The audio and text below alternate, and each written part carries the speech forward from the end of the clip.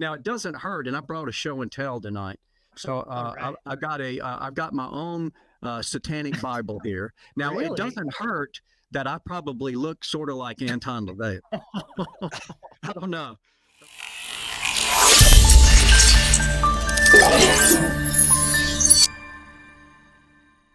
Welcome to Curious Christianity.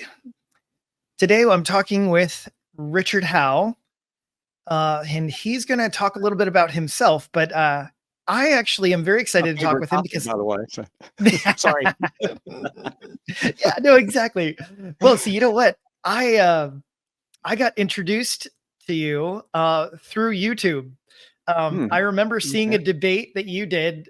It was the first time I had ever heard of you, but it was a debate between you and I think Scott Oliphant and Jason Lyle on presuppositional apologetics. And from that moment on, you ruined my life.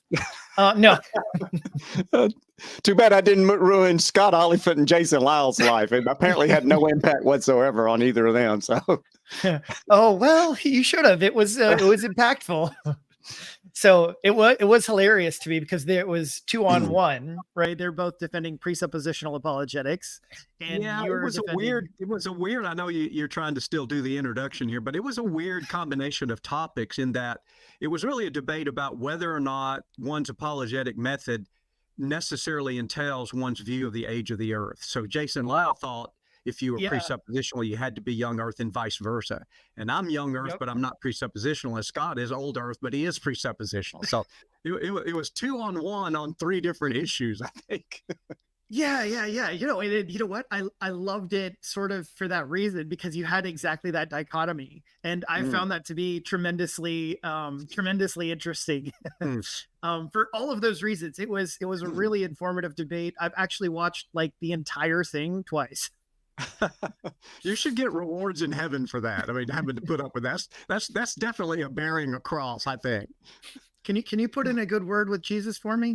Sure will. Look, give the guy a break. He actually slogged through my debate more than once. You know, it's actually that was a live follow-up to a journal debate that we actually had in writing, which I would like to think is maybe a lot more substantive than what we could pull off under the constraints of time that we had that night. But it won't be as entertaining.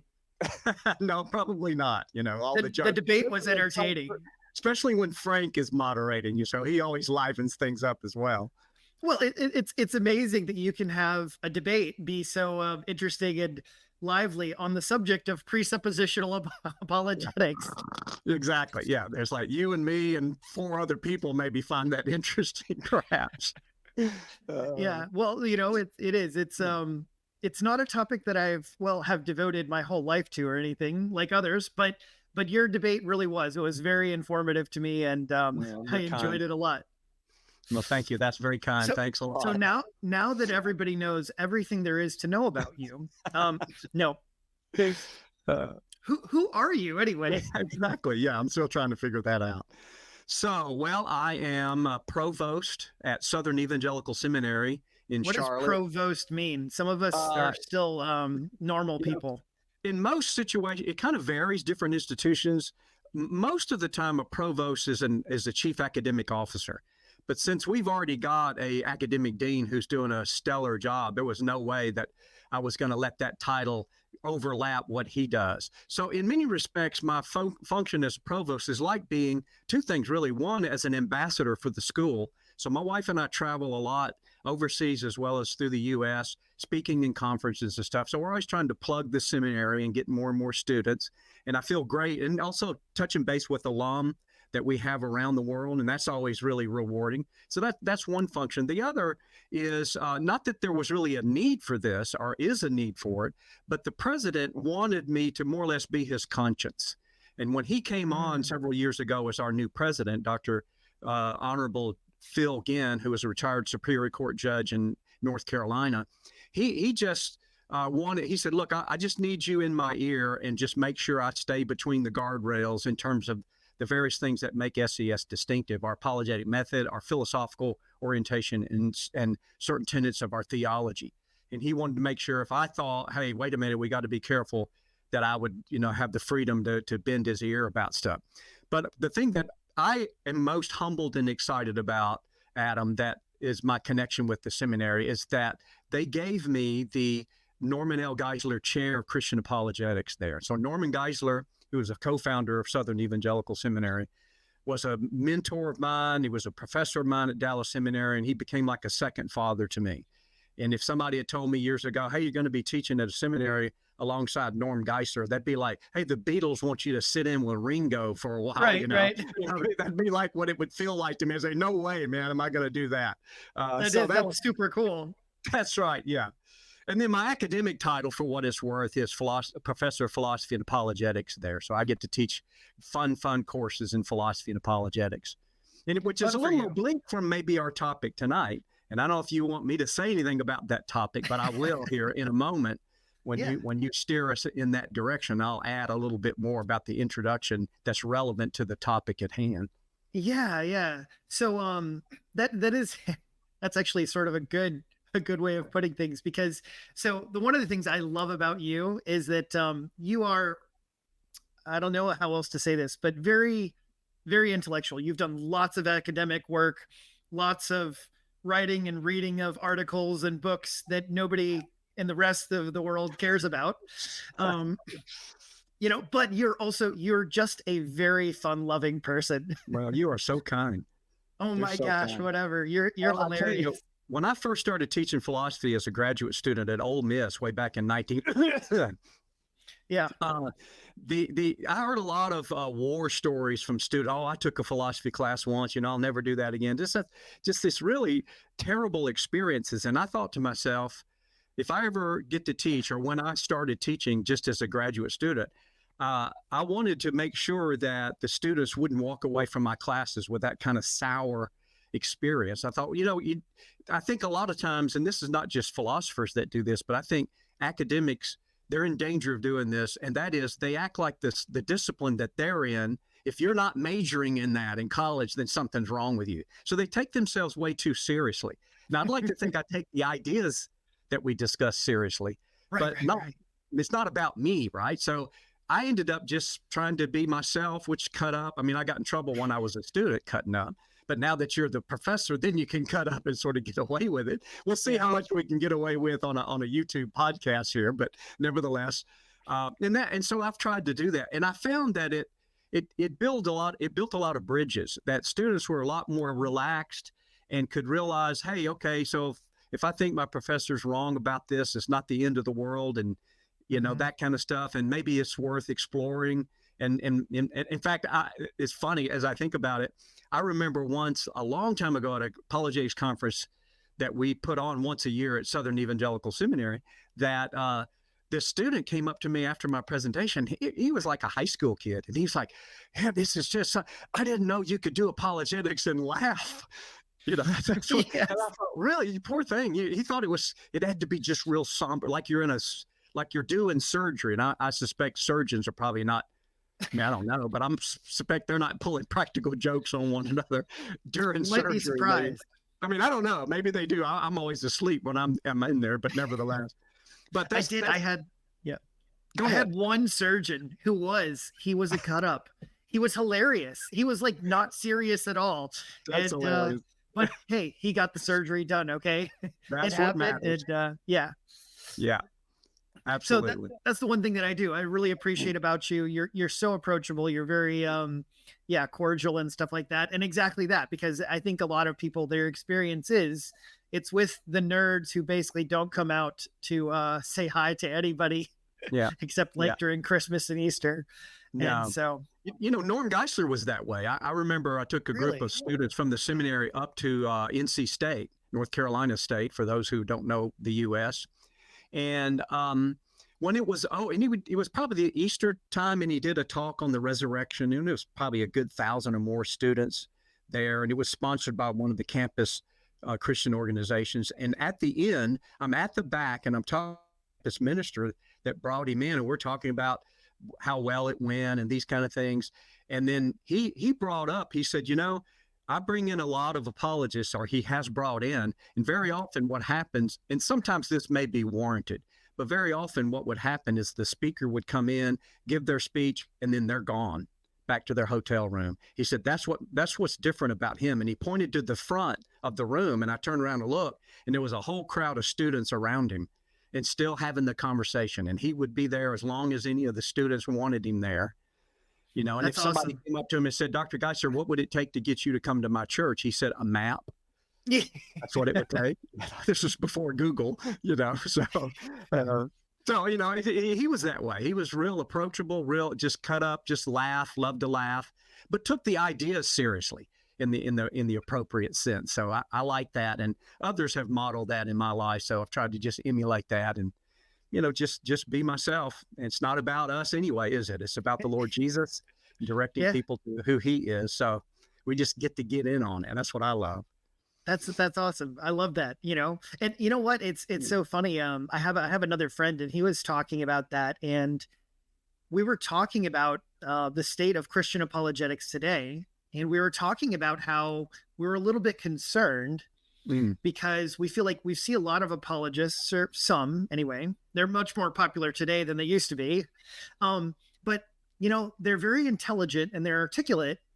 But when you look at them and you look at kind of how they live life, you just wonder, do they have Jesus in their life at all? Like, they look so crusty and miserable that you're just thinking, that was smart, but I don't want to grow up to be you. You know what I mean? Yeah, no, absolutely. Absolutely. It is, these things ought not be. And it's not to say everybody's got to be on the top of their game to do one-liners and stand-up comedy. There's a spectrum, but at least you don't want to leave this impression that our relationship with God is bereft of any kind of relaxation and enjoyment of life in the midst of the serious topics that we have to deal with as God's children. Yeah, exactly. And so our serious topic today that I really was interested in talking with you about is the occult. So I've heard you've had a lot of experience, so is that leading or following? No, what happened basically, it's interesting. I tell people, now my formal studies are in philosophy. So I did my MA in philosophy at Ole Miss, as it's affectionately referred to, University of Mississippi, where I grew up in Mississippi. And I did my PhD in philosophy at University of Arkansas. So I'm at 2 state universities. That's my area, blah, blah, blah, okay? But during that time, I got, actually as a student at Dallas Theological Seminary, we had a lecturer come to a campus, did 2 days of lectures on the New Age movement. Now, this would have been the early 80s, to date me a little bit. And I was blown away at what he had to say about what the New Age was. In effect, as we'll see, it is sort of like a marketed kind of occultism, whatever that ends up meaning. And he was showing how it's affecting culture. And I was so interested, I probably should have been more interested in my courses that I was taking as a seminary student. But I just did a deep dive into the occult. So I tell people, outside my formal studies of philosophy, the area I probably spent more time studying over these decades is the occult. Now, it doesn't hurt, and I brought a show and tell tonight. So right. I've got my own Satanic Bible here. Now, It doesn't hurt that I probably look sort of like Anton LaVey. I don't know. I mean, what do you think? Maybe so. Maybe for any of you guys that are listening on podcasts or audio only, that is quite hilarious, because there is a little bit of a resemblance between Anton LaVey on the back. Oh, he's on the back cover of the Satanic Bible, and he's bald and got a goatee, and he's scowling. In fact, I did a Photoshop of the same expression of me, but behind Anton LaVey is the inverted pentagram of Satanism, and and he's like real menacing. And there's a picture of me smiling, and behind me is the logo of Southern Evangelical Seminary, and it comes up on a slide during my presentations I do on the occult, and it just says coincidence. I don't know. I mean, just saying. You've been divinely appointed, apparently.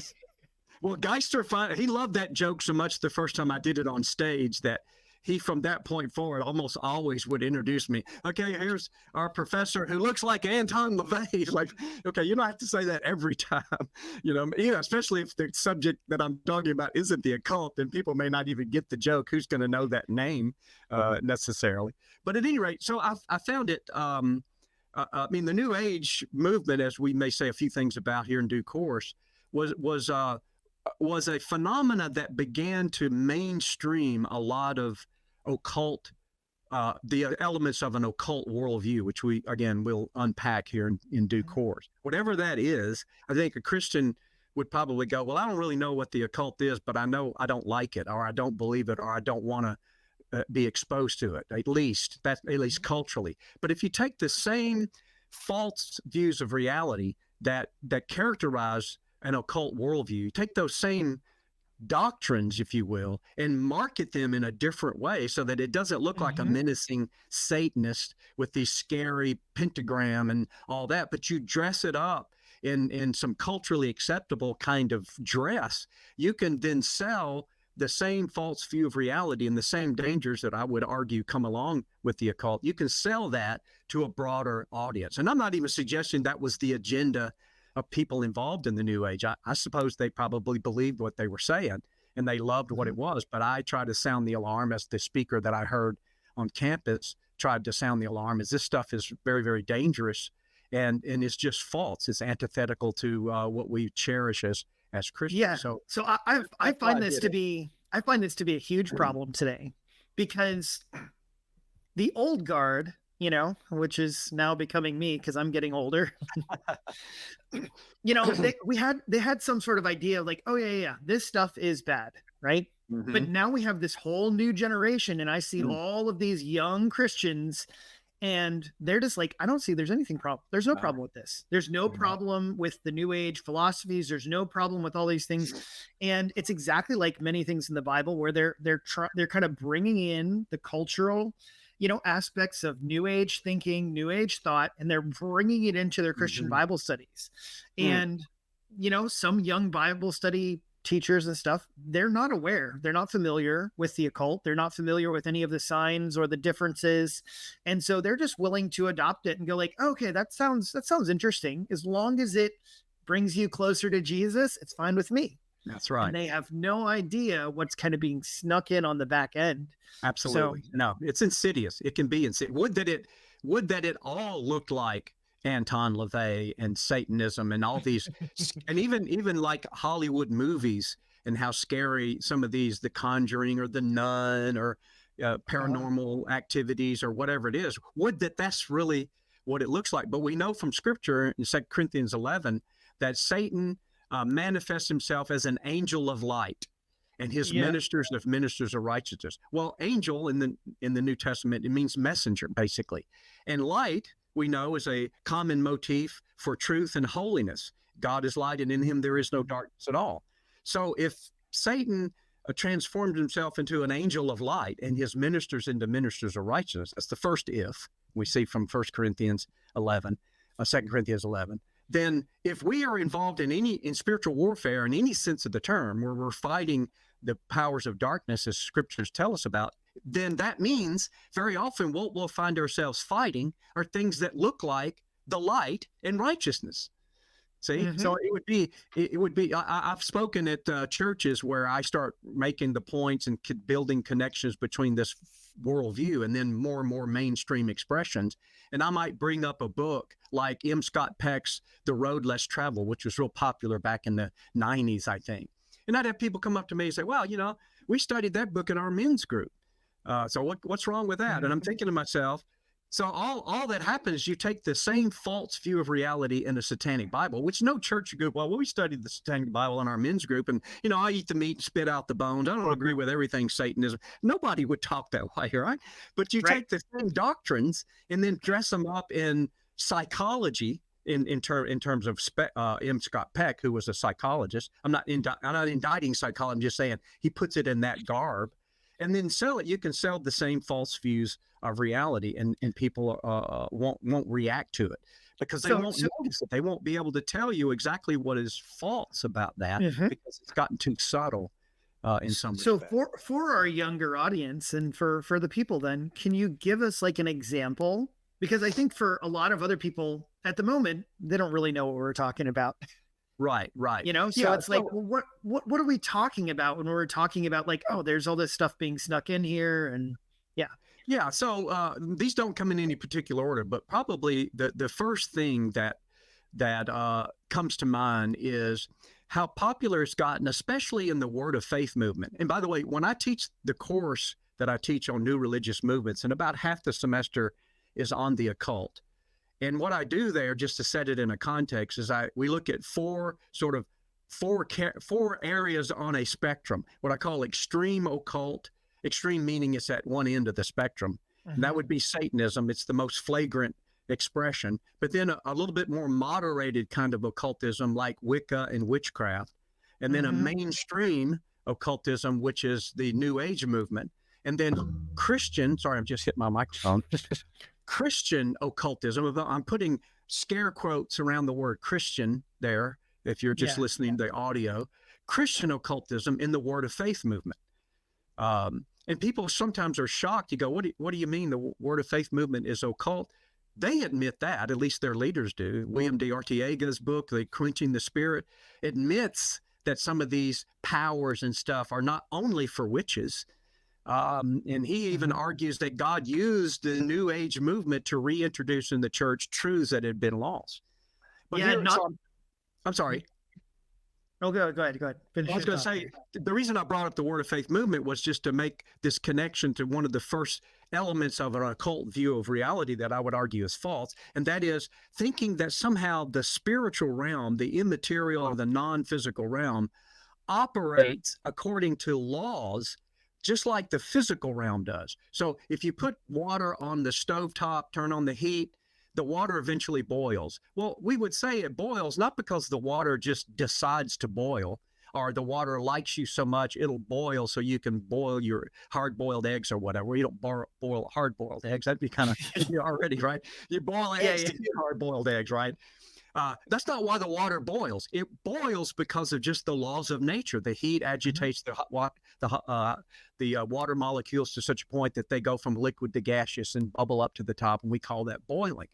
All right, so if you take that paradigm of there are certain laws about the physical world that you can learn to manipulate the physical world to get physical results. You take that same paradigm and say, now that's true of the spirit realm, that there are certain laws that govern the spirit realm so that you can control spiritual forces to get physical results. So this is where the idea of positive confession, you speak certain things and that supposedly is going to have some effect in the world, or you think certain ways and that thinking somehow has a way of manipulating these spirit forces. I mean, Creflo Dollar, who's a big Word of Faith teacher here in the Atlanta area where my wife Rebecca and I live, he's got a whole series on spiritual law. I don't know if he's ever seen the connection, but somebody that did see the connection, and we listened to this audio in the class, was Benny Hinn. But he didn't make the connection to the occult as if somehow it gave him pause. He thought that confirmed that it was true. And I have an audio of Benny Hinn going, I was talking to a witch the other day. He said, I'm not here to talk about witchcraft. And you hear Paul and Jan Crouch, who started the Trinity Broadcasting there, in the background going, they understand these secrets. Those witches understand these secrets. By the way, the English word occult comes from the Latin word for secret or hidden. That's what the word means. And we can talk about, if we're interested, why did that word get attached to this worldview? But that is super fascinating. Yeah, whatever that connection is. So Benny's like, he said, these witches said, we've learned how we could kill people with words. He said, what do you mean kill people with words? We learned that there are certain words that you could say that they teach you in witchcraft that can cause harm or blessings. And he's thinking, must be true, because that's what we do in the Word of Faith movement. We speak these words and they affect these spirit forces. And I would argue that's just a false view of reality. Law in the Bible has to do with moral conduct, not spirit forces. In fact, the motif actually evacuates the reality of its moral element. I mean, think about it this way. A child goes up to a candy machine, puts in the coin, pushes the button, a candy bar comes out. Now, why does it do that? Well, it's not because the candy machine's real grateful for the coin and it's rewarding the child. It's totally mechanistic. If the wires are all connected properly, it just will do it. It doesn't matter whether you're an innocent child or you're Hitler. You put your quarter in, push the button, it'll happen. Now, if you take that motif and say, well, that's the way it is when you speak blessings. You speak certain words and you just get the blessing. Norman Vincent Peale says in his Power of Positive Thinking, it has nothing to do with the person. It has to do with the forces that you enact. He's like, wait a minute, that's not the way the Bible portrays our relationship with God. So compare or contrast the candy machine to the parent, and the child goes up to the parent, Mommy, can I have some dessert? Yes, honey, you ate your supper, and so you can have some dessert. The parent makes that decision on the basis of their care for the child, not going to give them too much cake, not going to give it to them before supper and ruin their appetite, not going to give them, stuff that's unhealthy. It's always governed by the love relationship that the parent has for a child. That's more like our relationship with God. Mm-hmm. He's like a parent, like a heavenly father. He is our heavenly father who deals with us on the basis of his love for us. And sometimes that love makes him say no. Sometimes he says yes. And we just, grateful no matter what the answer is. We get mad at the candy machine if it doesn't work and eats your quarter or whatever. You can't get a candy bar for So you're not trying to argue for some sort of like deistic God that just exists out there, but he doesn't interact or love us or, Absolutely. It more than just that, but that's for certain.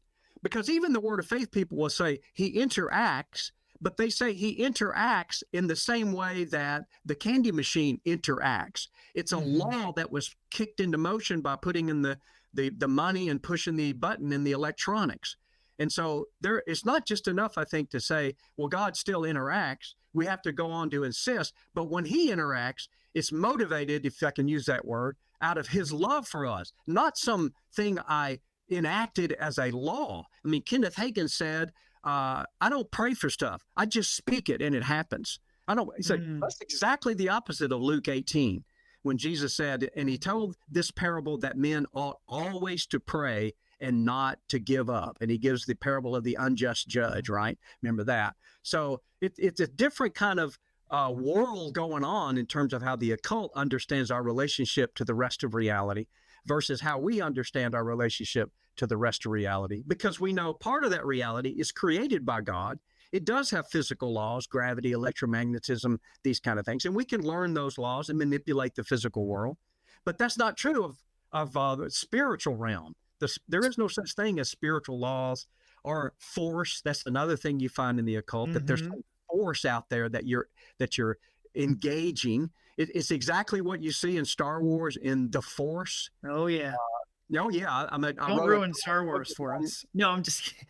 No. But I want to put it this way, and I want to see what you think of putting it this way and stuff. But it feels very much to me like exactly right. Witchcraft is the idea of kind of trying to use and manipulate spiritual laws so that I can kind of control the outcomes of things, right? Absolutely. However, Christianity is so like witchcraft puts the control in my hands. I'm the one who I just need to learn the secret of how the spiritual laws work. And then I can make life happen. I can make these spiritual things happen. I can receive blessings. I can curse things. I can do all this stuff.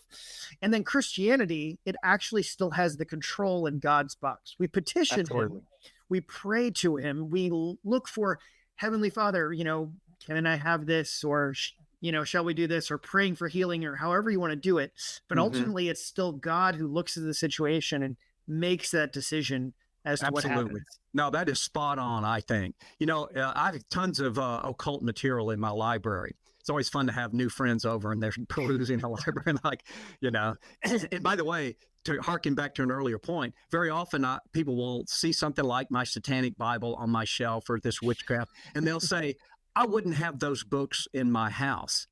And I go, see, you're already falling for the deception, because you think if you get the books that have these false views out of your house that are so obvious that somehow you're safe. But take the same false view of reality and put it on Christian television, or put it in the latest pop psychology or cutting edge physics, whatever the package is, they buy right into it. And they don't really realize, well, it's the ideas behind it that we have to fend off. So if you pulled one of my witchcraft books off the shelf and just perused it, it would probably look a lot like what we see in cookbooks and recipe books. So you can open up a recipe book and say, well, how do I make a cake? Well, you mix these things together, heat it at this temperature, blah, blah, blah, and it comes out and it's a cake. You look at the witchcraft book, what does it do? You wear these kind of clothes, you face this direction, you put this kind of geometric figure on the floor, you ring this bell, you burn this color candle, you speak these words, and you get this reaction from the spirit realm. Somebody's going to fall in love with you that you're lusting after at work, or somebody that's in your way for a promotion at work. You want to do a destruction ritual. So maybe they'll have a flat tire on the way and be late for an important meeting. Yep. And also get mad at them and then look to you as a plan B, so to speak. And this is what they're just trying to manipulate what they think are these spiritual forces. You didn't ask me this, but I think that what they are actually encountering when they think they're activating these forces are actually demonic entities that are deceiving them about powers and stuff. And so maybe we can get into that a little bit more, but I think that's what's going on. It's a false view of reality, and very often it exposes one potentially to demonic forces. Yeah. So I'll tell you a story that my mother used to tell me, and it was of a Christian man. He was a pastor, and very devoted and stuff, but he basically was going to go and debunk these tarot card readers and stuff. Mm-hmm. They had one nearby, the psychic and all that stuff. Mm-hmm. And so he decided to go in for a reading, right? Mm. And so he went in for a reading, and what they said came true. Mm. And so then, of course, he's like, okay. And so anyway, and then, I think he went back. I can't remember exactly, but I think he went back and again, the stuff kept coming true. But then, what, of course, was happening was his faith was quickly unraveling, and he was growing extremely nervous and worried, like, oh my gosh, like, what does this mean? And all this stuff. And it really started to rattle him, like, really hardcore. And then one day, though, he's starting to become a nervous wreck. Like, it's really affecting and impacting his life. And then one day he realized, like, what have I been doing? Right. And he just repents. He's like, Lord, man, you know what? I totally blew it. I totally messed up. Never should have done this. I just want to confess before you and all that stuff. And as soon as he did, the very next day, everything stopped coming true. Like, he broke ties. And yeah. Someone used this illustration I really loved. It said, you can walk down the midway of a zoo and look at the lion in the cage, and it's roaring and it wishes it could tear you to pieces and eat you up, but you're perfectly safe. He said, now, if you get in the cage with the lion, you may still not get eaten, but now it's up to the lion. It's not up to you anymore. As long as you stay that's a good analogy. Cage, it's up to you. But as long as you get in the cage, it's not up to you. So these, people have asked me over the years off and on, well, have you ever had, any occult things go on? They want to hear some of these salacious stories. And the short answer is no, I haven't. But I know others, like, for example, the short version were these co-eds when I was a student at Ole Miss, working in the philosophy department as a graduate student. And these two co-eds came who were both Christians, and they wanted to talk to me because they earlier in their sorority house were playing with the Ouija board. And so I tried to urge them, this is not safe. You're opening yourselves up to potentially malevolent spirits, and so you just need to stay away from it. And they seemed like they were pretty convinced. But then they did it again with the girls, and they're playing with the Ouija board. And one of the things, Ouija board has this thing called a planchette. It's a little plastic thing with little short legs, and you put your fingers on it. Two people face each other, put the board on their lap, and each person puts their fingers on it and just sort of relax. And then you ask questions, and then you just feel it supposedly tug, and it has on the board printed the alphabet, and then yes and no. And so sometimes you might ask a yes or no question, you'll feel it tug and go yes or no, or it'll spell a word. So they came back and they said, okay, you told us that this was demonic. And, what got them started, by the way, was it named somebody in the group. It spelled out one of the girls' name and spelled out the word rape. And it turned out that girl had been raped. And it, of course, was devastating to her because now everybody's like, you've been raped. So when I said what I did, and they thought, okay, but then they come back and they said, we played it again, and this time it said, danger, pray. So why would it do that if it was demonic?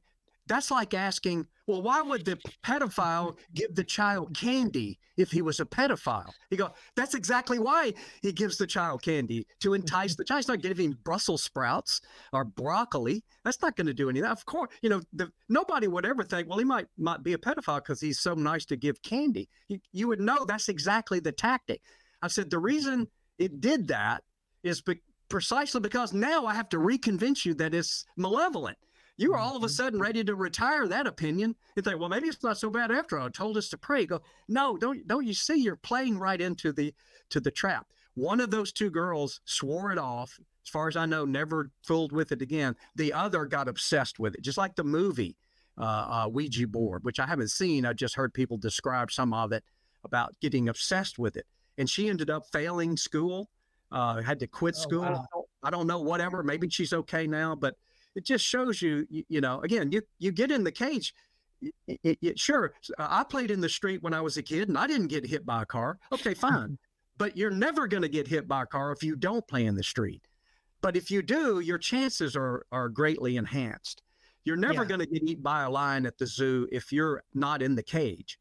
And even if you get in the cage and not eaten, that's not an argument that lions don't eat people. It's just an argument that by God's grace, you didn't get eaten this once. Yeah. You just got to watch this stuff. So I'm totally curious because have you ever seen the movie Rockadoodle? I have not. Okay. It's a super old movie, and I'm old, but it's about a rooster who, of course, sounds like Elvis, but he lives on a farm, and of course, they're all talking animals, and he crows every morning, and the sun comes up. Okay. And the whole thing is that everybody's like, the reason the sun comes up is because he crows. Okay. Right. Now, I love this little illustration. So then what happens, of course, is there's an evil owl, and the owl hates him because he hates the sun, right? Okay. And so the owl gets another owl to fight him and make sure that he doesn't crow one morning. So he doesn't crow one morning, and the sun comes up anyway, right? And so now everybody starts laughing at him and making fun because now they're like, oh, well, that doesn't. So he ends up leaving. And then, of course, the sun never comes up after that. Now, I know this is a ridiculous story, but I think about it in the sense of like sometimes things like this, where it's like, oh, well, we played Ouija board one time. Nothing happened. Right. Everything was fine.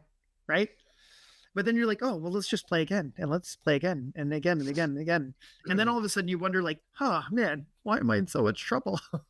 Yeah, absolutely. I mentioned to you before we started recording that I grew up in Mississippi. I think it was before, but anyway, I grew up in Mississippi. And there's nothing like studying the occult that gives you a reputation among the Christian groups around Christian people, So one day this woman called me. And now in Mississippi, if you live in manufactured housing or mobile home, those are often called trailers, even though what you pull behind your car is also called a trailer. So that's what a trailer was. She called up and she said, my sister lives way out in the boonies. Now, most of Mississippi is already out in the boonies, but nevertheless, she said, my sister lives way out by herself in a trailer. And she's having these experiences that she sees these shadows skulking around at night when she's trying to go to sleep. Appliances come on by themselves. Would you be willing to come to the trailer and bless it to somehow remedy this? And I said, well, first of all, I can't get roaches out of my apartment. So you're not going to get demons out of your house by blessing it. That's part of the deception. The deception is thinking somehow I can speak certain words or sprinkle some special water, and that's going to drive them the way orthoboric acid gets the roaches out of your house or something. It's not. That's part of the deception. Those demons couldn't care less whether you do or don't have this Satanic Bible, as long as they can deceive you. If they can use this to deceive you, fine. But if they can deceive you some other way, that's fine too. They don't care about this book. It's just a bunch of paper. It's the ideas that matter.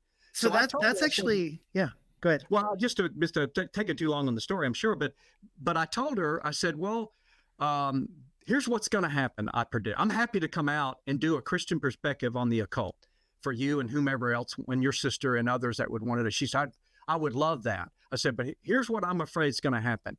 Your sister may come to the first the first time or whatever, but then she probably won't come back at all.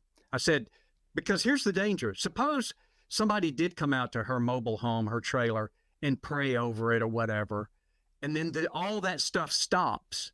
She thinks her problems are solved when she will never have taken an account. How do you stand before your maker? Mm-hmm. That's who you fear. Don't fear the demons. So they turn on an appliance at night. Maybe they'll vacuum while they're at it. In other words, you don't set your agenda around what they're doing. Oh, they're doing this. I got to do this. No, it doesn't. My relationship is with the Lord, not with them. And whatever he allows in my life, as he did Job, that's up to him as my savior. It's not up to me. And he'll give me the grace to endure, hopefully, or he'll take my life or whatever is appropriate or whatever. So in other words, I don't set my agenda around these other things. And I told her, I said, this is what's going to happen, I'm afraid, which is exactly what did happen. She came the first time and never came back because she wasn't really interested in what the Bible said or what God said about these things. Yeah. She just wanted somebody to get the quote unquote roaches out of her house. In this case, the demons. And I'd like to think that maybe through the influence of her sister that called me, who was a Christian, that she would come to see her need for a savior. But that's what they're trying to keep you from, is realizing that there's a God who made you, and it is appointed unto man to die once, and after this, the judgment, as Hebrews 9:27 tells us. So yeah, I think what you said is exactly right, that it's so important. And I know some people that start to get into conversations about demons and they get focused on the wrong thing, right? Mm-hmm. They're more focused on the demons than they are the God that they're supposed to be worshiping and loving. And it's totally the wrong way to go about it. Like, I do feel like there's a right way to learn about it and study about it, and there's a wrong way. Yeah. I mean, the reason I'm laughing while you're talking is that one time, this was again while I was still living in Mississippi many, many decades ago. And a friend of mine said, hey, would you come to our single adult group at so-and-so's house or whatever, at his house, whoever house, and give your talk on the occult. And when back in those days, I took my show and tell. I had my Satanic Bible and my Witchcraft and my New Age and my Ouija board, and my crystal ball and my Indian fetishes and tarot cards. I had all that show and tell, right? So they're all sitting around the room. Now, nobody knows me except the person that invited me. We're all sitting around the room, and then it comes up Q&A. Now, when you talk about this stuff, especially in someone's living room, it gets real tense.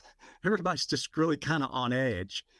And so this lady next to me, she goes, well, how do you read that stuff and it not affect you? And I went, it does affect me. And I screamed and jumped for her throat because I knew everybody was so on the edge. Of course, they all came out of their chair about 1.5 feet. Scared of you. And we started laughing there, and I just needed to break the tension to go, we're going down this emotional road that's irrelevant. It doesn't matter whether you are or aren't feeling creepy. What matters is the truth or falsity of what's being taught. And we're trying to, as Jesus said, what you hear in secret, you proclaim from the rooftops and expose, as Paul says in Ephesians, the unfruitful works of darkness. That's what we were trying to do in this. And so it's become a running joke now that on salient and relevant points, someone that knows me, if they might just all of a sudden yell right in the middle, I scare everyone. Now, I'm not recommending that to your viewers and your hearers, but nevertheless, it was funny at the time. Oh, dude, that's hilarious. That is oh man. Oh, that's why I was laughing while you were talking about such a serious point about the demonic, and I'm over here laughing like, oh yeah, those demons, they're a card. No, it wasn't that. Just thinking to that event. And actually somebody had done that to me in a different context, and I stole that joke from them. So that's why I had to do it on somebody else. I might steal that someday. That'll be Oh, it works, man. Especially if either talking about the occult or talking about creepy dreams. And people get in the conversation, I had this dream the other day. What's funny is if you're going to do it and scare somebody, is to do it while somebody else is telling their dream instead of you telling your own. And so it'll really get the person who's telling the story. And don't do that. You might get shot these days. This is long before concealed carry permits, I think. So I have a question, because I feel like this is the interesting question. So, because you talk about, all right, so you have the satanic book and you have all this stuff. Mm-hmm. And I feel like the question that everyone has, or that I have, right, is, okay, how can you tell somebody don't use a Ouija board but you have a satanic book with you. Right. So Yes. why isn't it like, I think a lot of people, they're very much like, no, I would never have anything like that in Right. my house. So what's the difference? So what's the guiding principle here?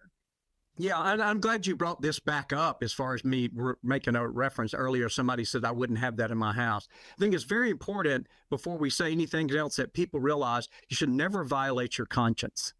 So the only reason I brought up, by the way, when I said the person said I'd never have that in my house was not like, well, everybody should have it in their house, but rather at that point to emphasize, well, what matters are the ideas, and it's likely you got other things in your house that say the same false worldview as the Satanic Bible, but you don't think you have it in your house because you don't know what that worldview is. Second thing is, we all have different sort of interests and aptitude. Those of us, especially in the apologetics community, you have your area of interest and expertise, and I have mine, and others have theirs, and there may be several that are areas. And so I would never encourage somebody, if they had a drinking problem, to go down to the local bar to witness, right? But that's not saying you shouldn't witness. You just go, no, you be wise. If you've got a weakness in that area for alcohol, don't go to the bar. If you've got a weakness for sexual lust, don't go to the strip joint to share Christ. If you've got an aversion to these motifs that you find in this occult, then by all means, there's no reason why you have to do it. Other people are already doing that, just like others are doing other ministries that I couldn't do. I wouldn't have the intellectual aptitude or the patience or the resistance to temptation that someone else may have. So I never encourage people to read this stuff. But the difference between having the Satanic Bible or the Ouija board in my house versus, say, the example I gave of the co-eds playing with it is I don't use the Ouija board for what it's designed. I'm not using it to figure out whether it's going to rain tomorrow and I can plan my schedule accordingly. I use it to raise the issues to people as to what does it teach and how does that teaching compare and contrast with what the Bible tells us about reality and what sound reason tells us about reality. So it's an apologetic endeavor on my part. And I'm not exaggerating when I say I can vividly remember in the very early 80s when I first started learning about the New Age movement, which feels pretty innocuous. And you think somebody's got a crystal and you think, are they wearing it around their neck? And you don't probably run from that. I can remember very vividly standing in a bookstore in Dallas, Texas, and not having the courage yet to even buy the Satanic Bible. And I wasn't like, it's not that I had convictions like, well, I don't want to give my money and support. That's an important argument. I wasn't even that far. I did not want to pick it up and even open the pages. It really violated my sensibilities and my conscience. And so I didn't. And I never took on any of this stuff that I didn't feel like at that point then I was at a point of my spiritual growth and stability that I could take this on. I teach a course. I'm teaching it this coming semester at the seminary on Thursday nights, which you can take for audit. Here, I'm doing a little plug for the Southern Evangelical Seminary, ses.edu. Throw all that in. Product placement here. I got my SES cup and all. There you go. I'm teaching a course this next semester, Contemporary Atheism. And I did both my master's thesis at Ole Miss and my PhD dissertation on two different arguments for God's existence: the Kalam argument at Ole Miss and Aquinas's second way as efficient causality argument for God's existence. So atheism is near and dear to my heart as a subject. But I would never encourage someone to go out and just read atheist material, especially if they're young in the faith. But somebody's got to read it. I mean, I think God has us. There's got to be some apologist that's dealing with these issues that are attacking the faith, whether it's archaeology, history, biblical studies, the biblical languages, whatever the discipline is that Satan can try to use as some kind of wedge to teach us false things.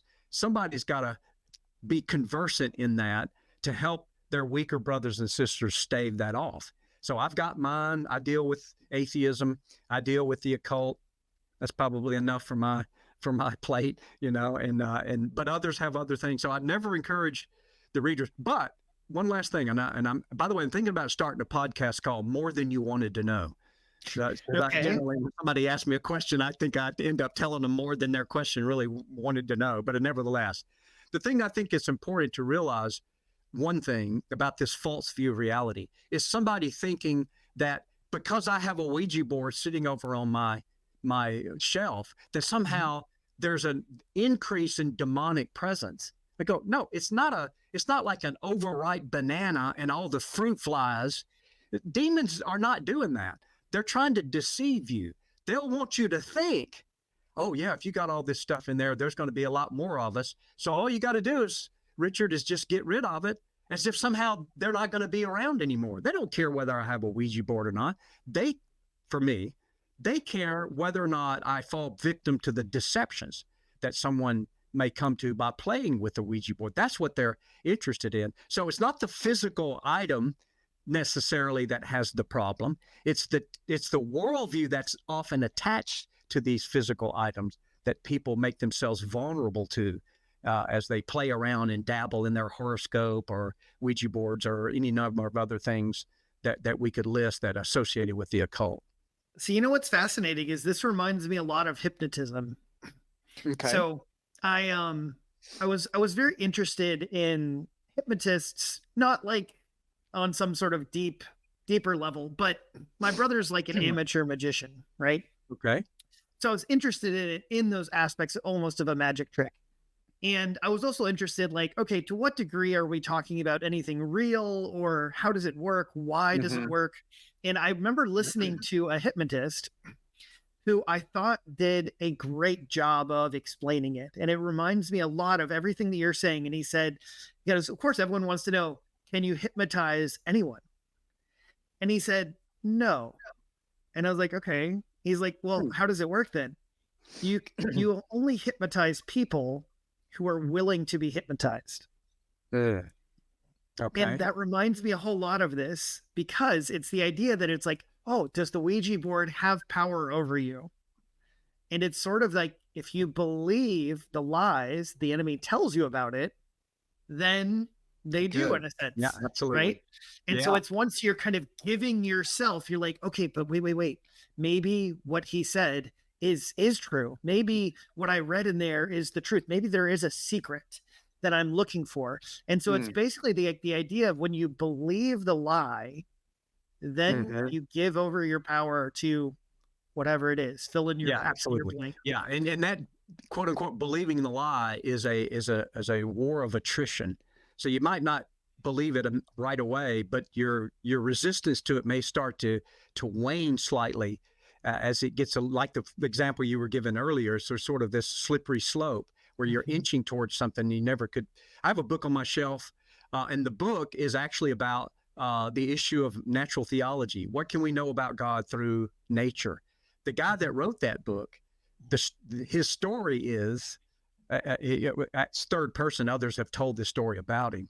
He began to dabble in Eastern thought and started meditating and doing the meditative practices of Eastern religions.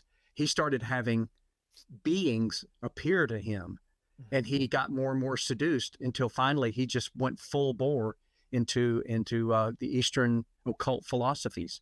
Now, I don't know if he was ever saved. I don't know the person personally and much more about it, but it just shows you again, it was a gradual kind of slide into this false view of reality. And who can argue with beings appearing to you? I mean, the most popular business success book out there is Think and Grow Rich by Napoleon Hill. You look in any kind of business seminar where they're doing self-improvement, all this stuff, if you look at their bibliography, it's always going to have Napoleon Hill, Think and Grow Rich. In another book he wrote called Grow Rich Through Peace of Mind, he tells the story of where he learned the techniques that he teaches in his books. And they were what he described as disembodied spirits that came to him and chose him. We got this message we want you to teach, to tell the rest of the world. And I'm thinking this view of reality they're giving him and others in the New Age and the occult, it sounds suspiciously like the lies that Satan had in the Garden of Eden. Hebrews 9:27 says, "It is appointed unto man to die once." The New Age and the occult says one of two things: reincarnation, which means, okay, we don't just die once, you die over and over again. Or other things in the occult, like Anton LaVey's Satanic Bible, says, no, you just die once, but there is no judgment. And I go, so now this occult worldview is trying to tell us the same lie that Satan had in the Garden of Eden. The other thing, by the way, which we haven't brought up, but it's another element of you find throughout all the occult literature, is that you're really gods. We are divine. This is popular in the New Age movement. We're all little gods. And so the goal of the occult is sort of actualize your divinity, your inner divinity. It's exactly what Satan said. You shall be as God. Remember, he told that to Eve in the temptation in the garden. So I call this a circumstantial evidence argument that these doctrines are satanic, because they're the exact same lies that were promulgated by Satan in the Garden of Eden. You see various ways in which these lies, even people, in the 19th century, somebody might have had, I had an angel come up to me and take me to heaven and taught me X, Y, Z. In the 20th and 21st century, an extraterrestrial came to me and took me to his UFO. You read what those angels, as it was described in religious categories in the 19th century, and those extraterrestrials, which is technological categories in the 21st century, read the worldview that they're teaching. And it's almost the same occult worldview. Whitley Strieber's book, Communion, for example, Jacques Vallée's done a lot on the famous ufologist, has talked a lot about. He wrote a book actually titled UFOs, Messengers of Deception. And others have done that as well. Some of them enthusiastic, as Whitley Strieber was in his book Communion. Hey, let's just go see what these things have to tell us about the world. And I'm going, that's like saying, hey, let's get in the cage and see if we can pet the lion. He obviously doesn't think it's a lion in the cage. So that's what we're trying to do here, right? We're trying to say, no, don't get in the cage. It's not a kitten. It's a lion. It's going to kill you. That's part of the deception, right? Absolutely. It's not a lion. It's fine. It's just a kitty cat. That's exactly right. That's part of the deception. Yes. Come on in. The water's fine. Everything's fine. There's got to be a way that we know antecedently whether these things are what's safe and what's not safe as we navigate our life spiritually. And so it's not only a proper role for sound reason as God has revealed himself through creation, it's also a proper application to the teachings of the scriptures. And what does the Bible say? The Bible acknowledges the reality of the spirit realm, but not in the way in which the occult thinks that it is.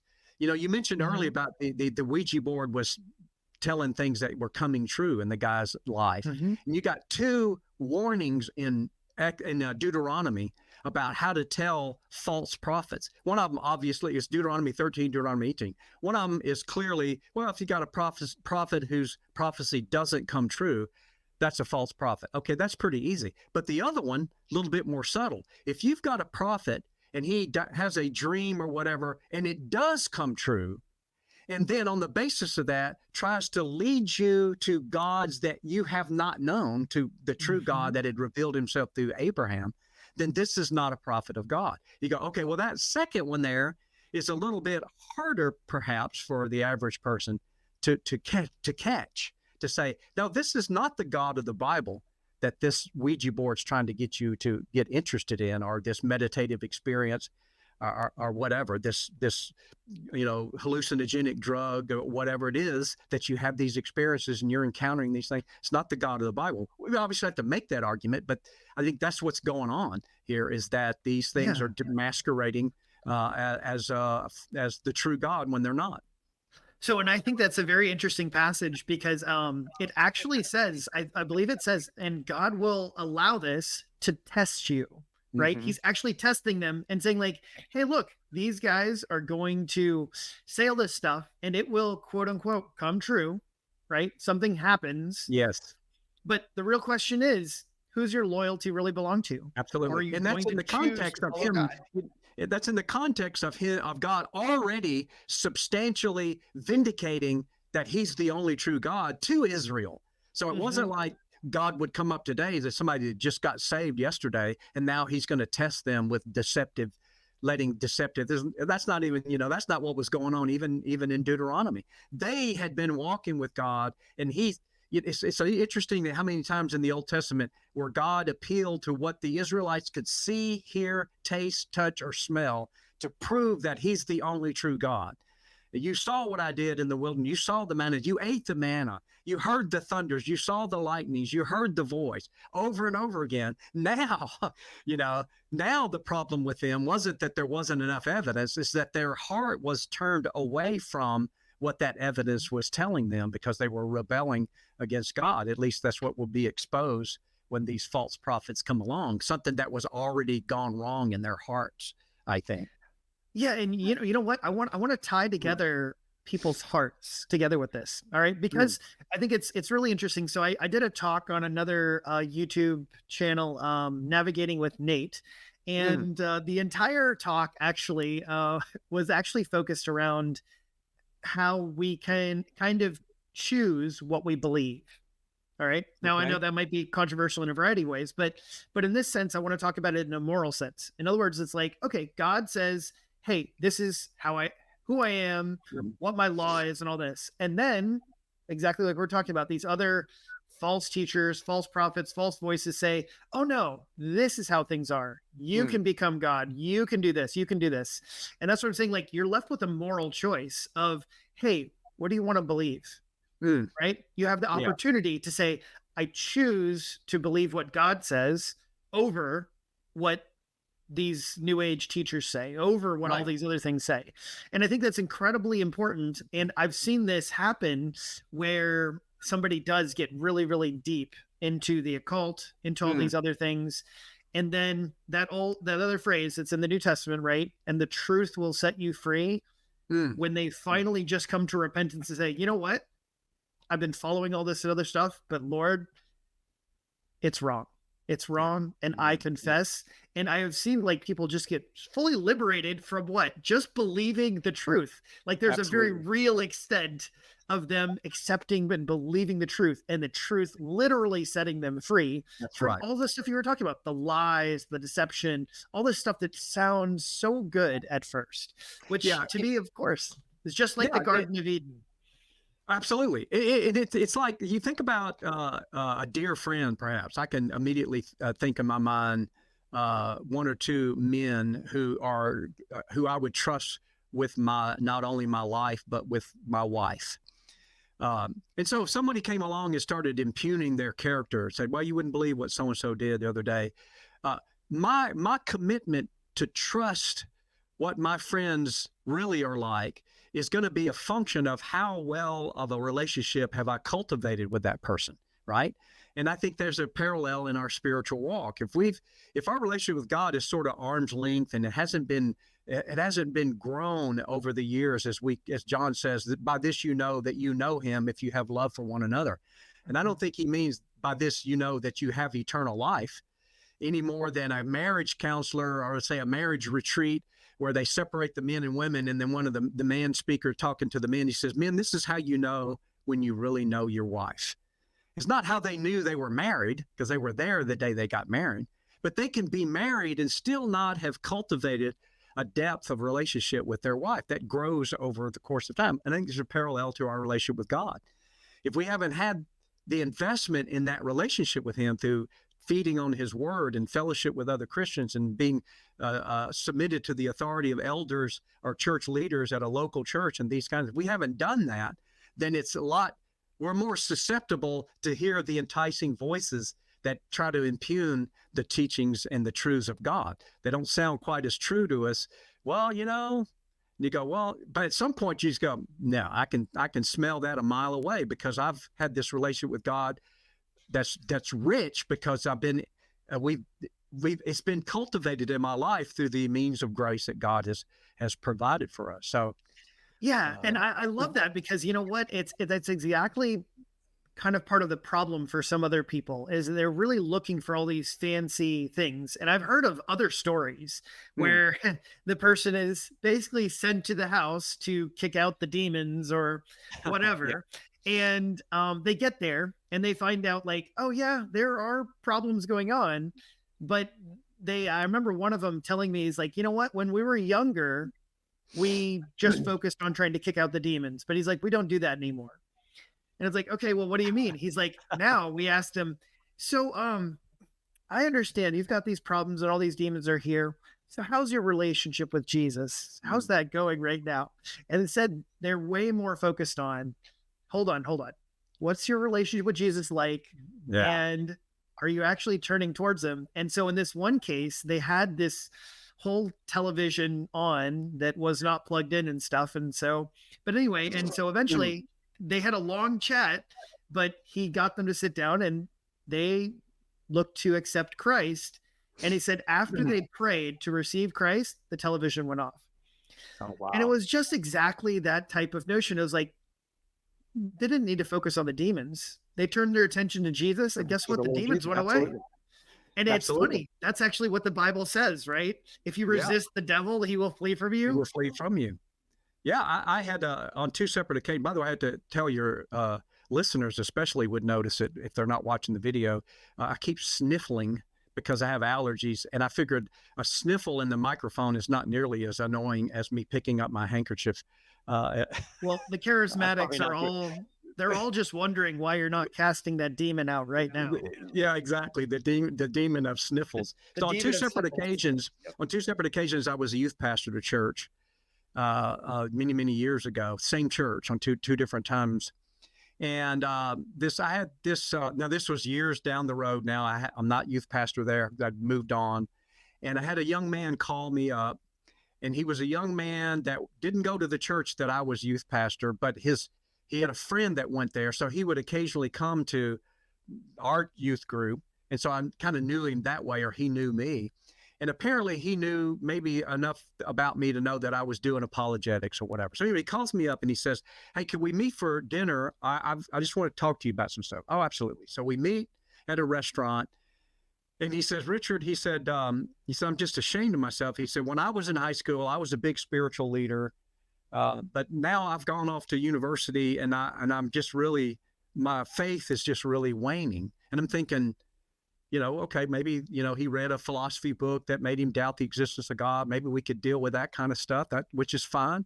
That's what apologetics is for, among other things, is to bolster the faith of people that already believe. By the way, that's what happened to me as a young Christian, is that apologetics brought me back to the Lord. But anyway, but the way he described the suddenness of his doubt made me suspicious. And so just totally out of the blue, I'm sure it seemed to him, I said, are you smoking pot? And he was just taken aback, like, how in the world? He said, well, yeah. Now, by the way, the Greek word that's translated in the King James sorcery is the Greek word from which we get the English word pharmacy. Because in the ancient world, as in many parts of the world today, the use of consciousness altering drugs is a form of spiritual experiences. You take a certain drug, you go into a trance, and beings appear to you and speak to you. And this is really common in the occult. It's not legal in the U.S.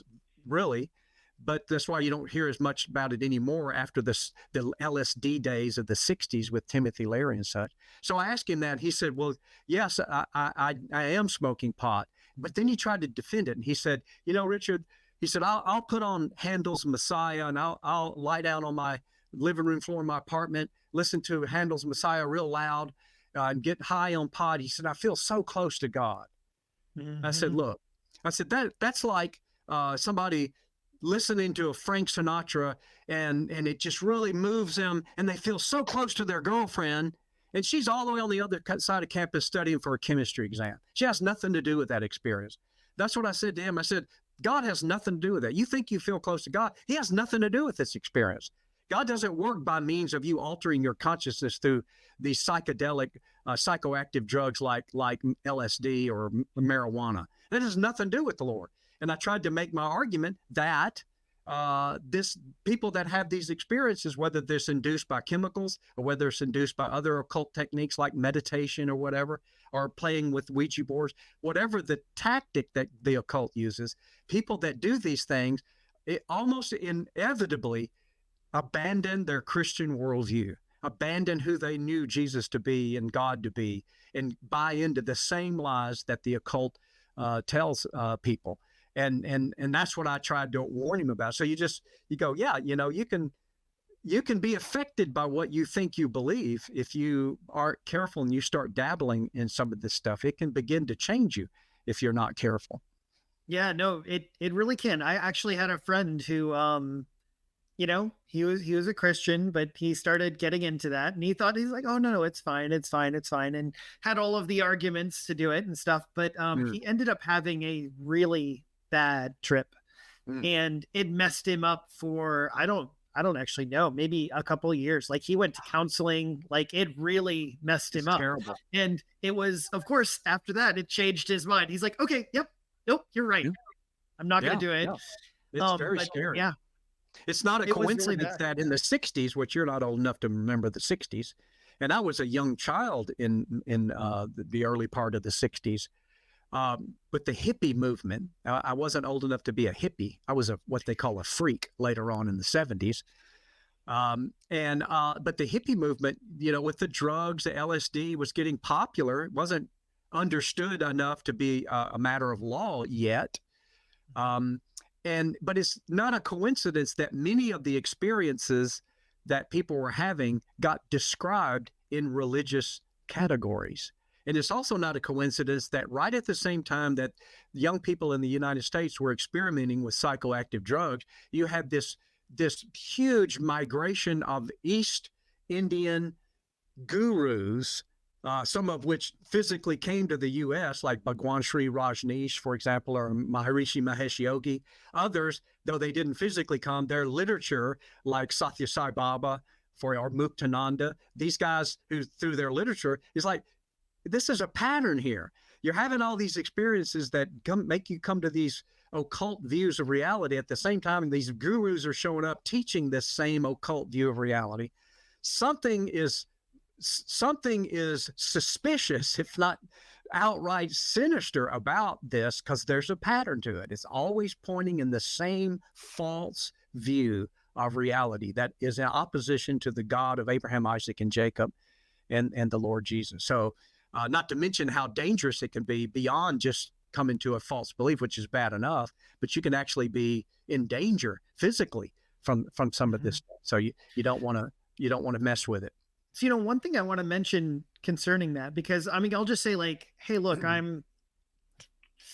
don't know, don't shoot me. We haven't talked about some of this other stuff, but in general, like, I believe in the possibility of having spiritual experiences with God.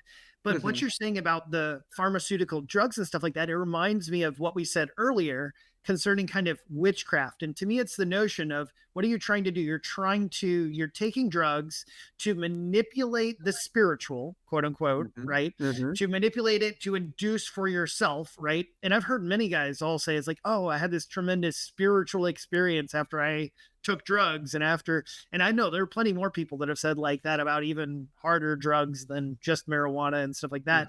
But it very much reminds me exactly of that, of doing exactly what we're commanded not to do, which is to try and manipulate the spiritual for our own stuff. It's like, oh, I'm going to get to God. And I know maybe not everyone will get this, but it reminds me a little bit of the Tower of Babel, in the sense of like, oh, we're going to take control of our spiritual lives. We're going to build, this tabernacle, or we're going to build this, ziggurat, so that God can come down, and we're going to take control of our own spiritual thing. And that just reminds me of those who are taking drugs to, well, you know what? I'm going to take control. I'm going to have a spiritual experience and connect with God on my terms and the way that I want to, as opposed to God being the one to make the move. Absolutely. So and God directs us primarily through His Word, through the prophets and apostles, and ultimately through the Lord Jesus, what we call the New Testament. That's the way they did. That's why there's always this perennial, unending, in some respects, assault on the integrity of the Bible. I just got back from an academic conference. One of the papers given gave me pause and was disturbing, because I thought it was just one more installment. I mean, you can go back not very far. You see Spurgeon in the downgrade controversy and the affronts and the assaults on the integrity of the Bible that the Baptist Union was fighting in the 19th century. It swam the Atlantic Ocean. Machen fights it in Princeton University, or Princeton Seminary rather, on the liberalism, fundamentalism debate. It happens again in the middle part of the 20th century with the Rogers and McKim proposal.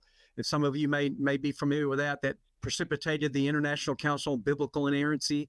Now it's happening again with new assaults. Always somebody's attacking the integrity of God's book, because it's what gives us the guides to know what is proper and what is not proper in terms of our relationship with God. He's prescribed that, and boundaries and stuff. The scriptures just use the motif of marriage to talk about our relationship with God, right? But notice that in the motif, the bridegroom hasn't come for the bride yet.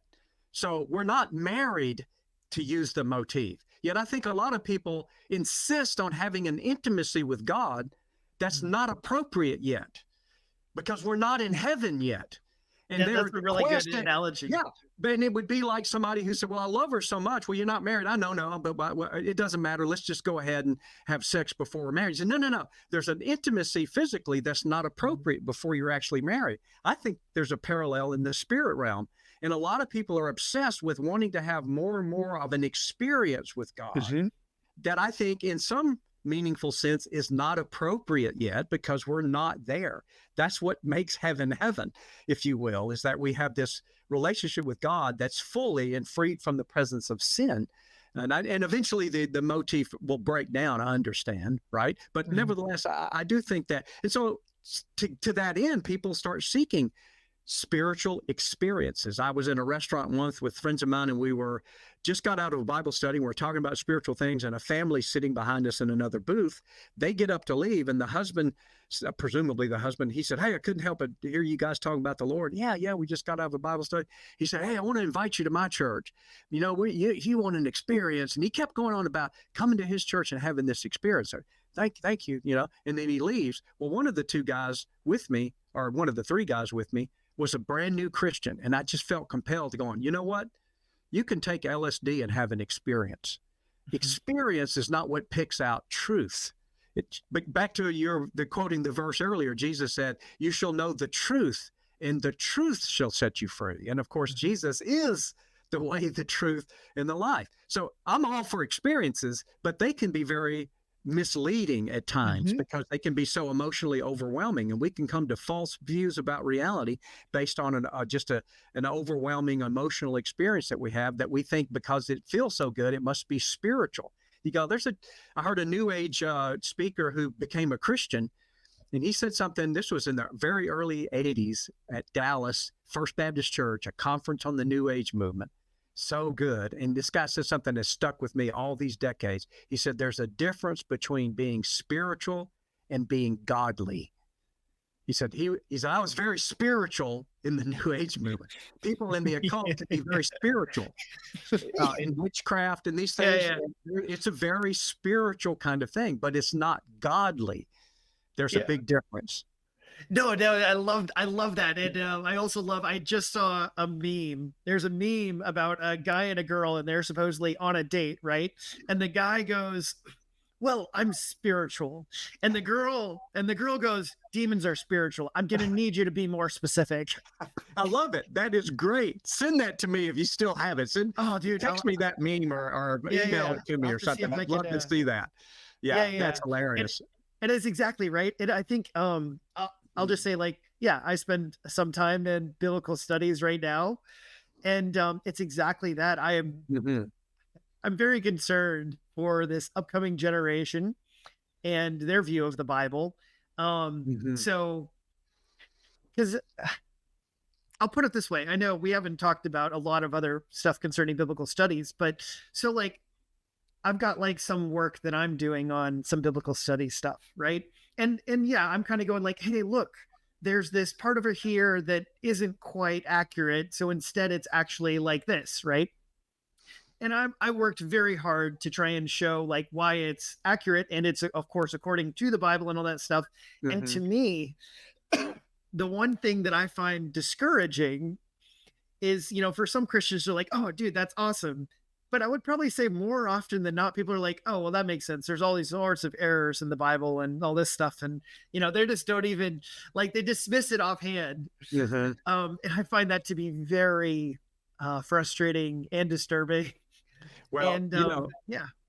Well, I wasn't, even though I grew up in Mississippi, which is the Bible Belt, part of it at least. I wasn't raised in the church, so I never went to church as a younger child. My parents were hardworking, was a loving home. My mom was a nominal Christian. My dad was an atheist, but he wasn't militant. But about 14 years old, the Lord began to deal with me. I didn't know that's what it was. You look back on it, and for up to about 16 years old, the Lord had been drawing me to himself. Friends of mine at high school helped me understand who I was as a sinner and what Jesus did for me on the cross. I trusted Christ in 1972 at 16 years old. And now I'm growing about as much as you can expect a 16-year-old, getting involved in youth group and stuff. Now go off to university. I started out in music as a music major. I was a percussionist. I tell people that in college, I was a long-haired drummer, so I looked like an ugly girl, basically. Just when I was in college. I mean, had You're hair right. down You did and go with the hippies. Yeah, yeah. It must have come out, but by sheer weight. I'm not sure what happened. So We I just changed figured my that you major. finally passed the demons out, and so That's right. what- Yeah. So I thought, okay, I learned just enough music to annoy everybody around me. I decided I didn't want to major in that anymore. I made it my minor. Went off to our flagship denominational school in Mississippi and lost my faith because of the liberalism, the theological liberalism, and primarily the attack on the inerrancy of the scriptures. And it was apologetics, people like Norm Geisler, whom I've already mentioned, Josh McDowell, R.C. Sproul, and others. The apologetics is what really rallied me. And it was right at the time that the International Council on Biblical Inerrancy was beginning to publish a lot of its literature. That was just, man, it was so refreshing for me to read these scholars who were defending the integrity of the Word of God when the scholars at my university were attacking that. And all of a sudden I could see, okay, now I can begin to weigh the arguments and the evidence one way or the other. But that's why, by the way, and you didn't ask me this either, but so I'm telling you more than you want to know. That's what gave me the love and enthusiasm I have about apologetics. Because aside from the obvious that apologetics is sort of like a pre-evangelism where we try to lead people to Christ by removing these intellectual barriers, I know what apologetics can do for somebody who's already saved. Because I was already saved at 16, but as I get 18 and 19 in college, then I'm losing my confidence. And it's sort of like what happened in Acts when Apollos comes to Achaia.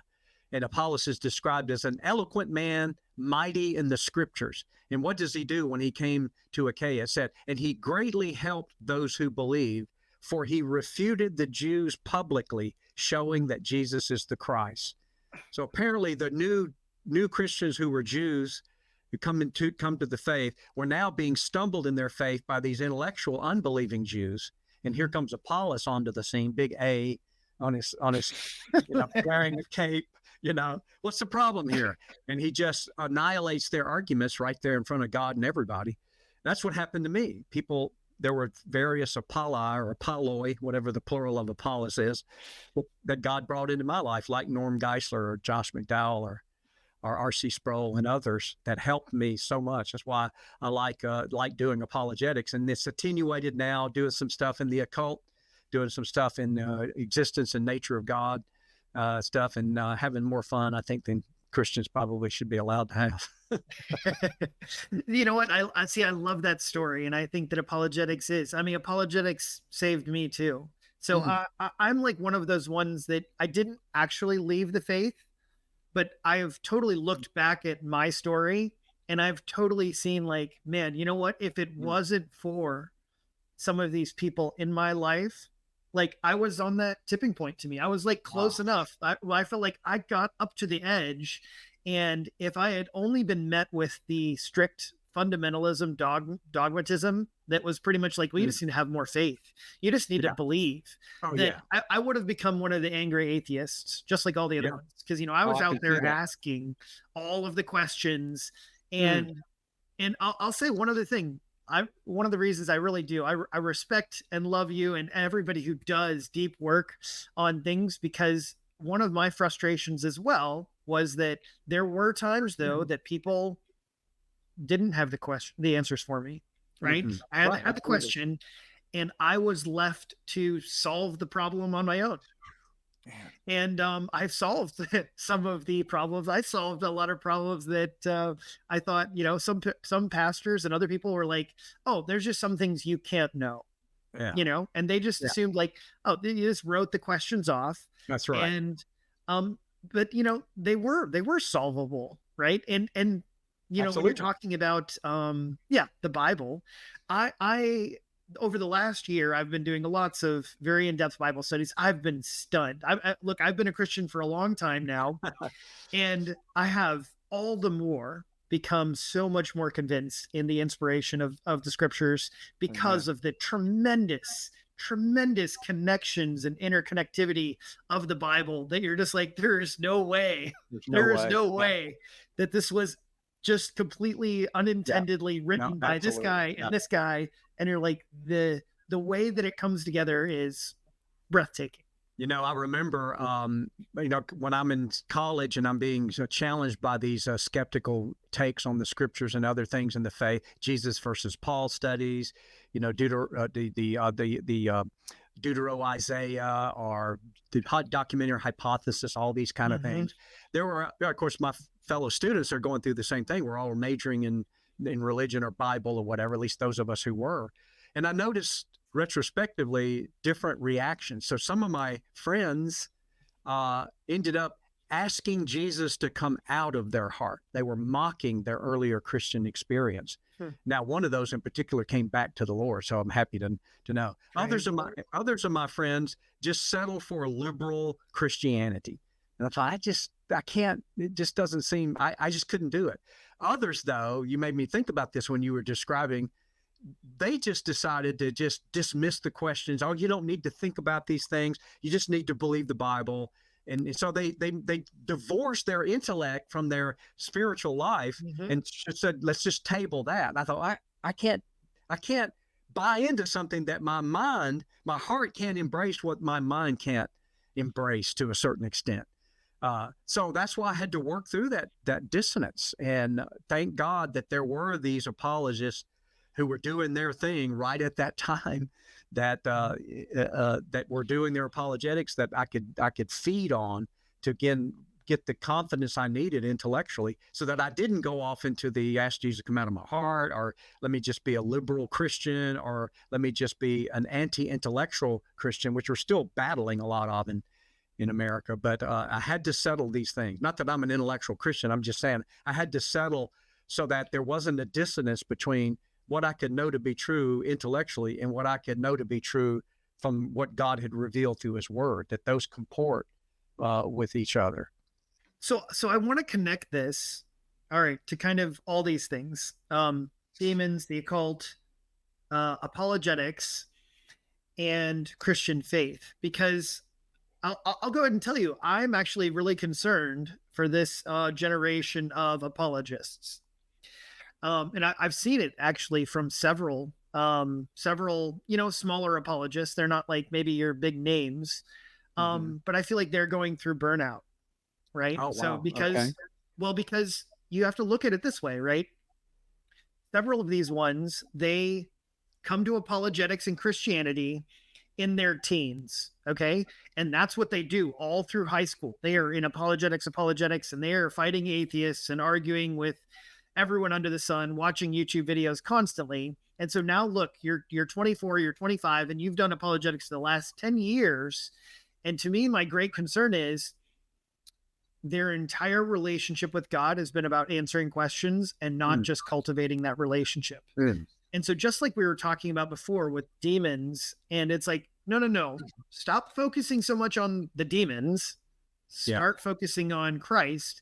And I feel like that's what's happened with some of these younger apologists, is their eyes have gotten off of Christ and they've gotten on to just the questions. So I feel like it's so important to focus on, hey, spend time with Christ. I remember a very long time ago, I had one of my old youth pastors, and we're actually still friends today. It feels kind of weird because I'm old now, but we're still friends today. But I'll never forget, I asked him one time, hey, what's some of the best advice? What's the really important thing you could do? He said, he's like, make sure that you do your devotions for you and not for a sermon on Sunday morning. Oh, wow. Yeah. And that just stuck with me. Like, I mean, I don't know, I must have been 14, right? When he told me that, and I'm older now. And If you're older now, what does that make me? I don't even want to go there. yeah. But I just feel like it was so crucial, right? Because it's the difference, you know, for every apologist, do your devotions for you and your relationship to God. And then apologetics is something else. Absolutely. You know, not that it can't help. Spend time with him in prayer. You know, just, yeah, absolutely. You got to cultivate, you know, when I was a Dallas Seminary student, I mean, from day one, among other things, they tried to drill into us, keeping that relationship with God vibrant and not substitute just mere academic theology as if that was commensurate with a relationship with God. I mean, you could be a theologian and not even know the Lord to some extent or whatever. You know, I really love what you're saying here, because something that kind of attends that, I think this is a kind of a side item that I think parallels what you just expressed your concern about. And that is, now I started getting interested in apologetics really around the early 80s when I went to Dallas, and it's one of the reasons I went there is to study under Norm Geisler. And so you think from the 80s until now, what I think I've seen that worries me, and maybe it's not as bad as I worry that it is.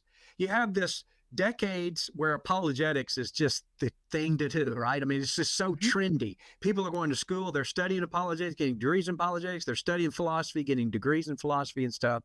But what I think hasn't happened enough along the way with those people is that there's been a concomitant interest in sound theology. So you have someone who's a seasoned apologist, and I don't mean necessarily famous, I just mean, like you say, they've been doing that and they know how to answer a lot of these apologetic questions. But then what about theological questions like the Trinity, the hypostatic union?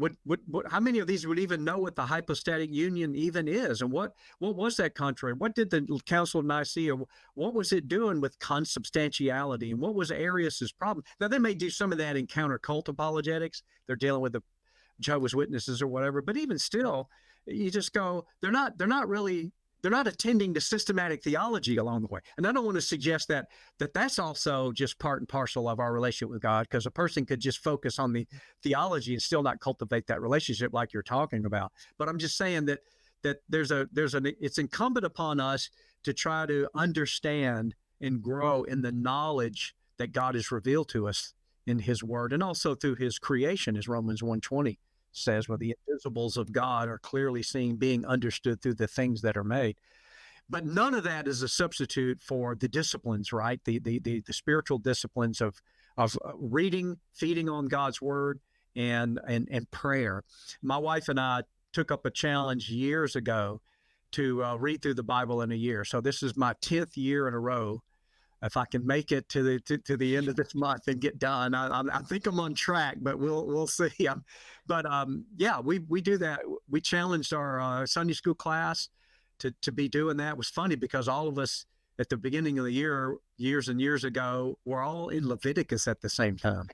That's good. And so we're all just moaning and gnashing our teeth about trying to read Leviticus. And someone pointed out, he said, you think reading the book of Leviticus is challenging. Try to live the book of Leviticus. And then you really begin to appreciate the work was done for you, and the righteous God is given to you as a gift. Paul says in Romans 4:4-5, to him who works, the wages are not counted as a gift, but as a debt. But to him who does not work, but believes in him who justifies the ungodly, his faith is counted as righteousness. It's almost a direct quote out of Genesis 15. And in Genesis 22, by the way, 26, it's interesting. After Abraham has died, the narrative has this kind of quirky description. And he mentions Abraham, who kept all my laws, ordinances, statutes, and commands. And the reader should go, well, wait a minute. That's the language of Mount Sinai. That hasn't happened yet. That's not till Exodus. How could Abraham obey all of God's laws, ordinance, statutes, and commands when there aren't any laws, ordinance, statutes, commands yet? They haven't been given. And the answer, the reader should notice, was earlier in Genesis 15. Abraham believed God, and it was accounted to him as righteousness. So cultivating that relationship by feeding on his word and the disciplines of his word and prayer are just so, but not contemplative prayer that you find in the occult. People like Richard Rohr, for example, and some of these, that they think they describe this as prayer, and what they're doing is occult meditation, and having these experiences that I would submit are not godly because they come to a false view of reality. How's that for circling back to the subject matter? Well, and I also want to don't try this at home, okay? Well, and circling back to exactly, you know what you just said, right?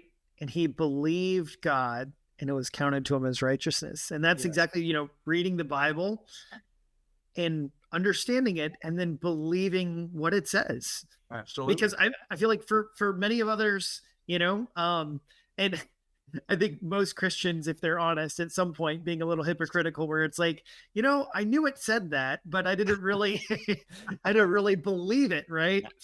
And struggling with that. But I think that's exactly where we get the freedom from the enemy, because the enemy, he tricks us with lies, and it's exactly that of taking even the words of God and twisting them just a little, so that you don't actually get what God wanted to give to you.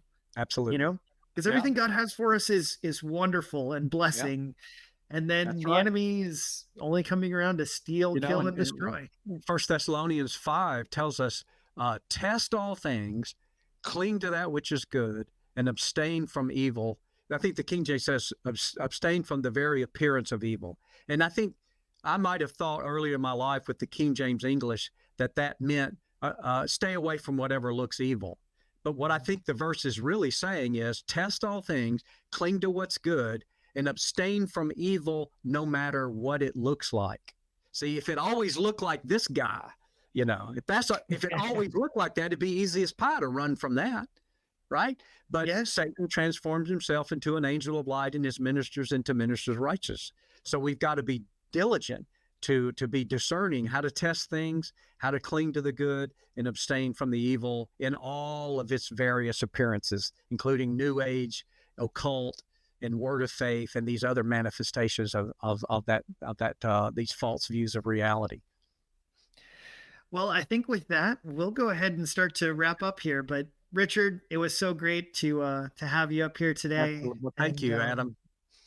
Yeah, and I'll be sure to include any links and stuff that you have in our description box. So if you want to learn more about Richard or go to SES, I heard that they're still accepting people.